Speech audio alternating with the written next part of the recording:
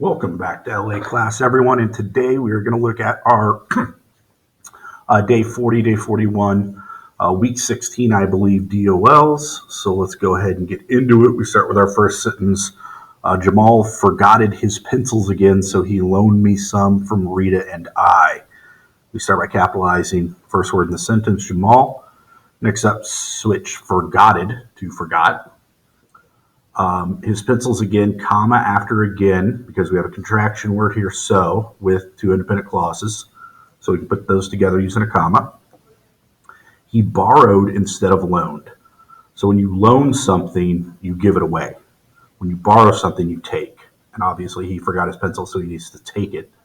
So we need to switch our word here to make sure it's the correct word, which would be borrowed.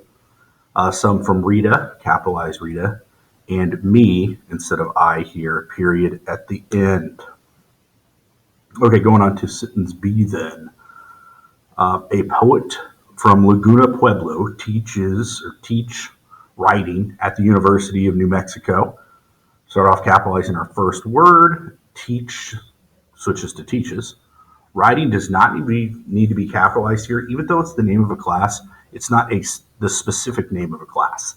So you'd only capitalize this if you were talking about a specific class. So for instance, writing 101 or something like that. It would have to be a specific class, not just in general writing. So that's why we lowercase that. We do need to capitalize university here because it is the name of the college, University of New Mexico. So we have to capitalize university. All right, that's it for our first two. Let's go ahead and go on to our second two here. We start sentence A. Who's that pet's owner? First thing we need to do, we switch whose to the contraction whose. Now, easy way to tell between these two is whose with an apostrophe s in it is actually a contraction for who is. So if you don't know which to use, just say out the contraction, and whichever one makes sense is the one you want. So who is that pet's owner? That makes sense, right? So that's the one we use. Next up, apostrophe s for pets here, showing ownership. Right, it's the pet's owner, and then question mark at the end. Finally, sentence B here, whose. Capitalizing, we do use the correct version here. Again, an easy way to tell this. If we plug in whose with the apostrophe s, we would say, who is pet is in Mr. Hart's room. That doesn't make sense. So we know we have the right one. Whose pet is in instead of inside.